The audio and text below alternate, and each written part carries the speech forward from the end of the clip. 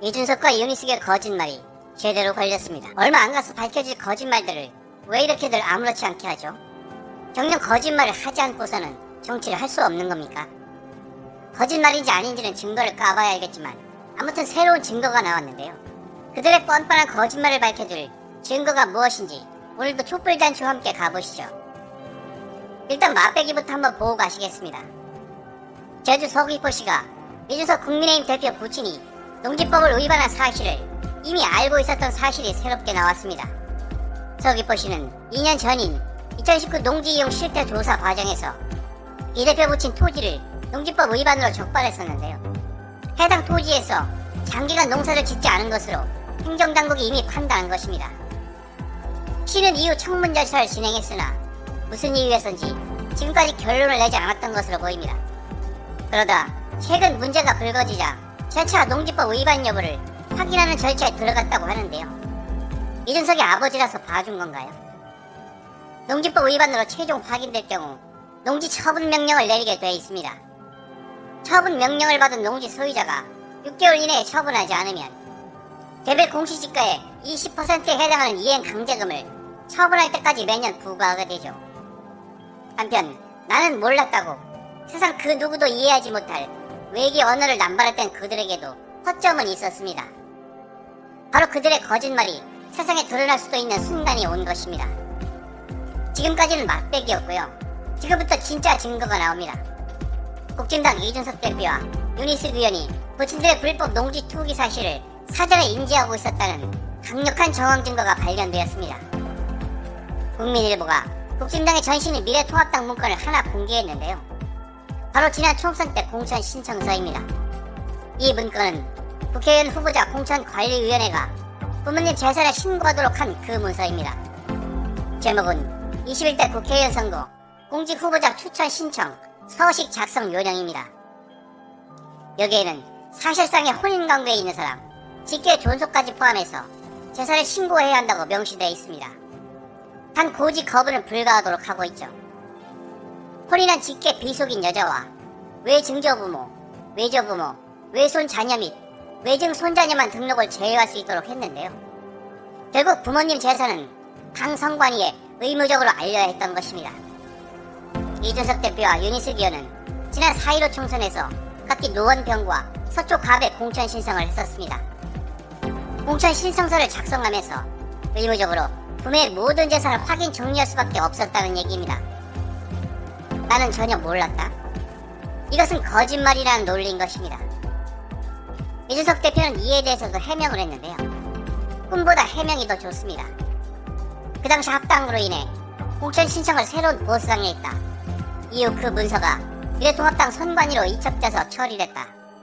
새로운 보수당 공천 기준을 준용했을 것이다. 그러나 이 해명도 거짓일 가능성이 높습니다. 새로운 보수당과 자유한국당은 2020년 2월 13일 미래통합당으로 통합됐죠. 통합되자마자 미래통합당은 즉각 공천자를 추가 모집, 20일 이준석, 김웅, 이현주, 문병호 등이 추가 신청했습니다. 특히 당시 새 보수당 출신 현역 의원인 지상욱, 오신환, 이혜훈, 하태경, 유이동, 정병국 등도 대거 신청했습니다. 이 당시는 새로운 보수당은 물론 바른미래당, 이현주 전 의원의 전진당 세력들이 모두 모였습니다. 따라서 통합되기 전에 당의 공천 자료를 이첩할 수 있는 상황이 아니었던 것입니다. 실제 이때 공천을 신청한 인물들은 다시 새롭게 미래통합당 공천 신청서를 작성 제출했다고 증언하고 있습니다.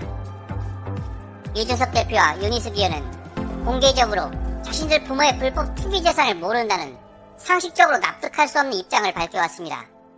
그렇게 이것이 거짓말로 드러나면 심각한 정치적 타격을 받을 수밖에 없는 상황으로 내몰린 것입니다. 이준석과 윤희숙은 자신들의 결백을 밝히기 위해서라도 당시의 공천 신청서를 공개하시면 되겠네요. 공개하지 않는다면 숨기는 자가 범인인 겁니다. 본인이 당대표니까 하실 수 있겠죠. 한편 윤석열 전 총장과 그의 부인 김건희, 그들이 갑자기 결혼하기 전 아크로비스타에서는 무슨 일이 벌어지고 있었는지, 또한 아크로비스타에 어른거리는 재벌의 그림자와 그들의 유착관계는 과연 실존하는지, 이 거대한 어둠을 밝히기 위한 열린공감TV의 추적은 오늘도 계속되고 있습니다. 그곳에서 먼저 취재진은 김건희 씨가 아크로비스타 1704호에서 윤석열 후보와 부적절한 동거관계에 있었는지를 확인하기 위해서 그곳을 다시 찾았습니다. 1704호의 맞은편인 1702호에서 2004년 12월부터 2017년까지 살았던 최모 씨 부부를 어렵게 만나기 위해서였죠. 바로 이곳에서 뜻밖의 사실을 발견합니다. 그 당시 1702호에 살았던 최모 씨가 마장동에서 육류 가공업에 종사하고 있다는 사실이었습니다. 이 대목에서 연상되는 사실 하나가 있죠. 바로 윤석열 후보의 아킬레스건 중 하나인 윤호진 전 용산 세무서장 뇌물 사건입니다. 윤호진 전 세무서장에게 뇌물을 제공한 사람도 마장동에서 육류 수입업을 하던 김현포 태원트레이드 대표입니다. 짐작대로 최 씨는 윤호진 전 세무서장에게 뇌물을 준 김현포 회장과는 20년 지기로 잘 아는 사이라는 점을 쉽게 인정하고 있습니다. 다만 뇌물 사건이 터지고 난 뒤에는 전화 또 한 적도 없다는 입장입니다. 하지만 취재진은 최 씨와 인터뷰 전날 최 씨가 김 대표의 회사인 태원트레이드로 들어가는 장면을 직접 목격한 바 있습니다. 최 씨의 답변이 전적으로 사실만은 아니라는 얘기인 거죠. 이 점을 유념하면서 오늘의 이야기를 들어보시죠. 최 씨가 목격한 윤석열 후보의 모습은 이러했습니다. 반려견의 소음 때문에 옆집 할아버지와 다툼이 많았고 추리닝 차림으로 반려견을 산책시키는 윤석열 후보의 모습을 간혹 봤다고 말입니다. 그러나 특이하게 김건희 씨는 한 번도 보지 못했다고 합니다. 이를 두고 강진구 기자는 이렇게 전합니다. 1704호의 전세 계약은 김건희 씨가 했는데 정작 윤석열 후보만 봤다는 얘기가 사실이라면 두 사람은 일반적인 부부관계가 아니었을 가능성이 높아 보인다. 최 씨 설명대로라면 윤석열 후보가 최소한 2010년 10월부터 김건희 씨 명의로 전세 계약이 체결된 1704호에서 살았다는 사실은 부인하기 어려울 것이다. 다시 말해 윤석열 후보가 2010년 10월부터 2012년 3월 김건희 씨와 공식적으로 결혼을 하기 전까지 김건희 씨 이름으로 전세권이 설정된 1704호에 살면서 김건희 씨와 부적절한 관계를 가졌다면 당시 피의자 신분이었던 김건희 씨로부터 1704호의 전세금인 8억 5천만 원에 상당하는 월세를 뇌물로 수수한 셈입니다. 이에 대해서 전석진 변호사는 이런 의견을 내놓습니다. 윤석열 후보가 1704호에 주로 살았다면 집을 주로 이용한 사람이 되니까 아무것도 내지 않고 1704호에 살았다는 것으로 전세금에 대한 이자 상당액으로 뇌물을 받았다고 볼 수 있다. 아크로비스타의 당시 적정 전세가는 14억 원으로 이자율 7.2%를 적용하면 월 840만원 상당의 이자를 뇌물로 받은 것이다. 김건희 씨와 결혼하기 전까지 16개월 정도를 계산하면 1억 3천만원 상당으로서 당시 김건희 씨가 피의자 신분이었던 만큼 검사가 피의자로부터 경제적 이익을 받은 것이기에 뇌물죄 적용이 가능하다.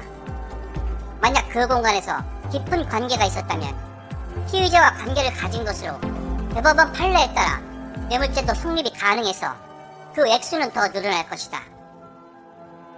오늘의 취재로 진실의 문으로 한 발 더 성큼 다가선 느낌입니다.